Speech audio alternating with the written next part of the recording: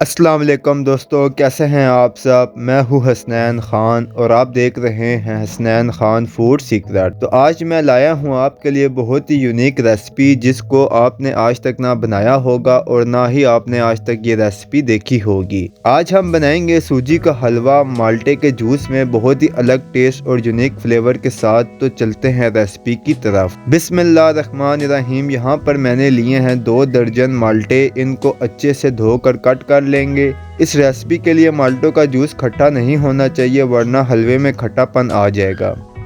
इन सारे माल्टों का हम जूस निकाल लेंगे। दूसरी तरफ हम लेंगे 1.5 कप सूजी और सूजी को लाइट ब्राउन करके अलहदा कर देंगे।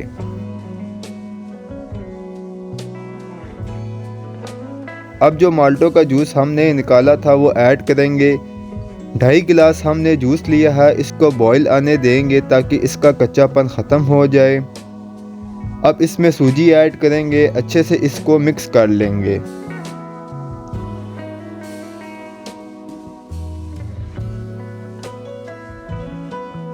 एक कप चीनी ऐड करेंगे, मिक्स करेंगे और 2 से 3 इलायची ऐड कर देंगे।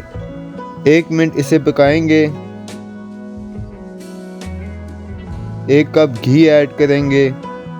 1 से 2 मिनट घी में पकाएंगे।